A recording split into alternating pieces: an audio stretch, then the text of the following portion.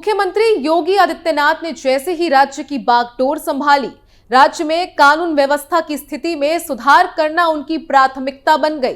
सरकार ने माफिया और अपराधियों के खिलाफ जीरो टॉलरेंस की नीति अपनाई और ऐसे लोगों पर कार्रवाई तेज कर दी है। राज्य सरकार द्वारा जारी आधिकारिक बयान में कहा गया है कि जो राज्य कभी खराब कानून व्यवस्था और निर्दोष लोगों पर माफियाओं के अत्याचार के लिए जाना जाता था, वो आज न केवल देश में बल्कि विदेशों में अपराध और भय मुक्त राज्य के रूप में जाना जाता है। उत्तर प्रदेश में योगी आदित्यनाथ सरकार ने दावा किया है कि पिछले 6 वर्षों में राज्य में पुलिस और अपराधियों के बीच 10,000 से अधिक मुठभेड़ हुई है, जिसमें 63 अपराधी मारे गए। जारी आंकड़ों के अनुसार एक पुलिसकर्मी भी शहीद हुआ है। नमस्कार, आप देख रहे हैं कैपिटल टीवी की स्पेशल स्टोरी और मैं हूं आपके साथ राजप्रीत कौर। आज के इस स्पेशल स्टोरी में आपको बताएंगे कि कैसे यूपी के बस्ती में घंटों चला खूनी खेल और कैसे लिया पुलिस ने इस पर तगड़ा एक्शन।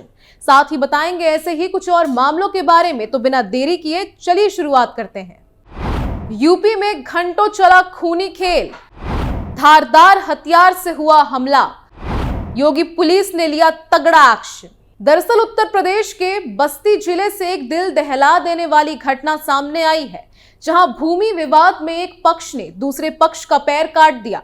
पूरा मामला कलवारी थाना क्षेत्र के गौसेसीपुर गांव का है, जहां जमीन विवाद में जमकर खूनी खेल खेला गया। दबंगों ने एक बुजुर्ग की धारदार हथियार से मारकर हत्या कर दी। इतना ही नहीं, मृतक का एक पैर का पंजा भी काट दिया। दबंग यही नहीं रुका, उन्होंने मृतक के बेटे को भी नहीं बख्शा, उसका भी इन दरिंदों ने पैर का पंजा काट दिया। सूचना पर पहुंची कलवारी पुलिस ने सभी घायलों को अस्पताल पहुंचाया, जहां पर बुजुर्ग को डॉक्टर ने मृत घोषित कर दिया, तो वहीं मृतक के बेटे का इलाज चल रहा है।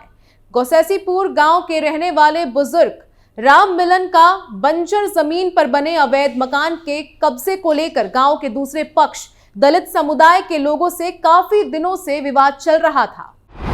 दो पक्षों में लड़ाई के बाद गांव में तनाव। बताया जा रहा है कि बीते दिन ये विवाद इस कदर बढ़ गया कि दो पक्ष आमने सामने आ गए और कई घंटे तक उन दोनों पक्ष के बीच लाठी, डंडे और धारदार हथियार से लड़ाई चली। गांव में हुए खूनी खेल की जानकारी पुलिस उच्च अधिकारियों को हुई, तो पुलिस की टीम हालात को काबू में करने के लिए तत्काल मौके पर पहुंच गई। मामले की हर पहलू की बारीकी से जांच की जा रही है। वहीं मामला पिछड़ा वर्ग और दलित समुदाय से होने की वजह से गांव में तनाव है।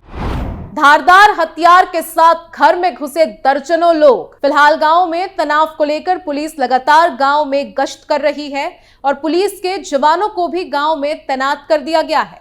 पुलिस के आला अधिकारी लगातार मामले पर नजर बनाए हुए हैं। बस्ती रेंज के आईजी रामकृष्ण भारद्वाज ने बताया कि दोपहर तकरीबन 1:30 पे राम मिलन चौधरी के घर गांव के ही दर्जनों लोग धारदार हथियारों से लैस होकर चढ़ गए। अचानक हुए हमले में राम मिलन चौधरी गंभीर रूप से घायल हो गए। आईजी के मुताबिक पिता को हमलावरों से बचाने पहुंचे बेटे विशाल और बहन माला देवी पर भी लोगों ने हमला कर दिया। हमले के दौरान विशाल को जमकर पीटा और धारदार हथियार से बाएं पैर के पंजे को काट दिया। गांव वालों को जुटता देखकर हमलावर भाग गए, जिसमें पुलिस ने मामला दर्ज करके आगे की विधिक कार्रवाई में वो जुट गई है। वहीं ये कोई ऐसा पहला मामला नहीं है, बल्कि ऐसे कई मामले पहले भी सामने आ चुके हैं। चलिए उनके बारे में भी आपको विस्तार से हमारी स्पेशल स्टोरी में पॉइंट टू पॉइंट हर एक चीज बताते हैं। दरअसल बीते दिन उत्तर प्रदेश का अमरोहा शहर डबल मर्डर केस से सिहर उठा था। यहां सराफा व्यापारी और उनकी बेटी का बेरहमी से कत्ल कर दिया गया था। आशंका तो इस बात की जताई जा रही थी कि लूट के बाद दोनों की हत्या हुई है, मगर जब इसका खुलासा हुआ तो लोगों के पैरों तले जमीन खिसक गई। इस हत्याकांड को किसी बाहरी ने नहीं, बल्कि व्यापारी के बेटे, बहू और कॉन्ट्रैक्ट किलर ने मिलकर अंजाम दिया था। मामला अमरोहा कोतवाली क्षेत्र का है। योगेश चंद्र अग्रवाल अपने इकलौते बेटे और बहू और गोद ली हुई बेटी के साथ कटरा गुलाम अली इलाके में रहते थे। बाप बेटे में संपत्ति का विवाद चल रहा था। बेटा चाहता था कि वो प्रॉपर्टी बेचकर दिल्ली शिफ्ट हो जाए। इन सब बातों के बीच योगेश ने कभी ये नहीं सोचा था कि उसका बेटा और बहू उसे और उसकी गोद ली हुई बेटी को इस कदर मार डालेंगे। दरअसल प्रॉपर्टी के विवाद और पिता की कुछ गतिविधियों से खफा बेटे ने अपनी पत्नी के साथ मिलकर हत्या का खौफनाक प्लान बनाया। ये प्लान हत्याकांड के करीब 1 महीने पहले बनाया गया। इसके लिए उसने कॉन्ट्रैक्ट किलर को बुलाया। तीनों ने मिलकर व्यापारी की हत्या की। हालांकि उसकी गोद ली हुई बेटी ने सब होते हुए देख लिया और जोर जोर से शोर मचाने की कोशिश की। कोई चश्मदीद ना रहे और तीनों पकड़े ना जाएं, इसलिए उन्होंने उसकी भी हत्या कर दी। इसके बाद तीनों कातिलों ने दोनों के शरीर से निकले खून को पोछे से साफ किया और वॉशिंग मशीन में धोकर सबूत मिटाने की कोशिश की। साजिश अभी खत्म नहीं हुई थी। इसके बाद मौके पर रखे सामान को कुछ इस तरह बिखेरा जिससे लोगों और पुलिस को लगे कि बदमाशों ने लूट के बाद बाप बेटी की हत्या की है। ऐसे हुआ मर्डर केस का खुलासा। बाप बेटी की हत्या की सूचना मिलने पर पुलिस मौके पर पहुंची, साथ ही फोरेंसिक टीम को भी बुलाया गया। घटनास्थल के पास कुछ खून के धब्बे मिले जो कुछ अन्य चीजों पर भी मिले। ये वो चीजें थी जिन्हें मृतक का बेटा और बहू इस्तेमाल करते थे। इसके बाद पुलिस ने सख्ती से पूछताछ शुरू की। इस दौरान सुपारी किलर का भी नाम सामने आया। इस घटना को लेकर एसपी कुंवर अनुपम सिंह ने बताया कि 10 फरवरी को कोतवाली अमरोहा नगर क्षेत्र में मर्डर की एक घटना हुई थी। पिता पुत्री की लाश मिलने के बाद एफआईआर दर्ज कर विवेचना शुरू की गई। वहीं 12 फरवरी 2024 को इस घटना का खुलासा हुआ।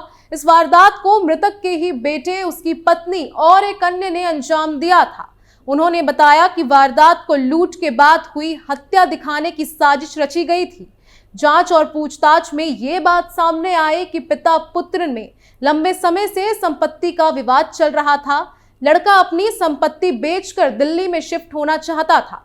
साथ ही पिता की कुछ गतिविधियों से बेटा और बहू लगातार नाराज चल रहे थे। इसी वजह से उन्होंने हत्या करने की खौफनाक साजिश रची। हालांकि आरोपियों को गिरफ्तार करके जेल भेज दिया गया है। वहीं आपको ऐसे ही चलिए एक और मामले के बारे में विस्तार से हमारी स्पेशल स्टोरी में बताते हैं। दरअसल उत्तर प्रदेश के कानपुर देहात में मुठभेड़ के बाद पुलिस ने हत्या के आरोपी बदमाश को गिरफ्तार किया। आरोपी को पैर में पुलिस की गोली लगी है, जिससे घायल होने के बाद अस्पताल में उसका इलाज चल रहा है। हैरान करने वाली बात तो यह है कि पैर में गोली लगने के बाद भी बदमाश के हाथ से बंदूक नहीं छूटी। पुलिस पूछताछ में पता चला कि घायल बदमाश सिकंदरा थाना क्षेत्र में 1 महीने पहले हुई हत्या का आरोपी है। उसके 2 अन्य साथियों को पुलिस ने पहले ही गिरफ्तार कर जेल भेज दिया है, जिसमें से एक आरोपी का भाई भी था। मामला सिकंदरा थाना क्षेत्र का है, जहां पुलिस ने मुखबिर की सूचना पर एक संदिग्ध व्यक्ति को घेर कर रोकने की कोशिश की, जिस पर उस व्यक्ति ने पुलिस टीम पर फायर कर दिया।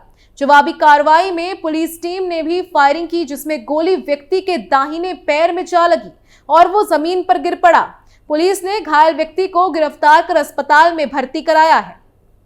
वहीं पूछताछ में पता चला कि घायल बदमाश शमशेर सिकंदरा के मोहम्मदपुर का रहने वाला है।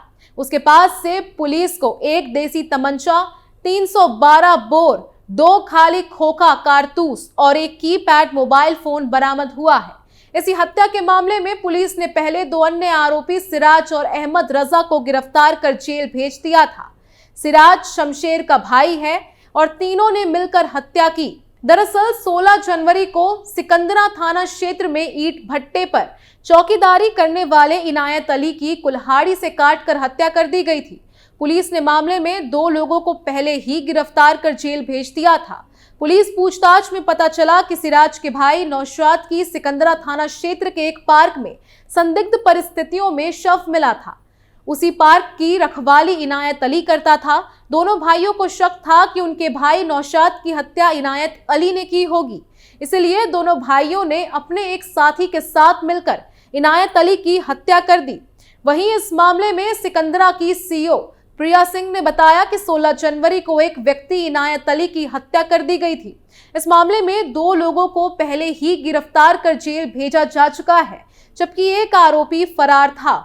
जब पुलिस ने घेराबंदी कर उसे पकड़ने की कोशिश की तो आरोपी ने टीम पर ही फायरिंग कर दी, जिसमें जवाबी कार्रवाई करते हुए गोली चलाई तो आरोपी के पैर में लगी और वो घायल हो गया। फिलहाल पुलिस ने उसे गिरफ्तार कर इलाज के लिए अस्पताल भेज दिया है। खैर, योगी सरकार चुन चुन के अपराधियों को उनके किए की सजा देती आ रही है। कोई भी अपराधी पुलिस और सीएम योगी की पैनी नजर से बच नहीं सकता। हर एक गुनहगार को योगी के हंटर की मार पड़नी ही है। खैर, स्पेशल स्टोरी में आज के लिए बस इतना ही। बाकी तमाम खबरों के लिए देखते रहिए कैपिटल टीवी उत्तर प्रदेश। नमस्कार।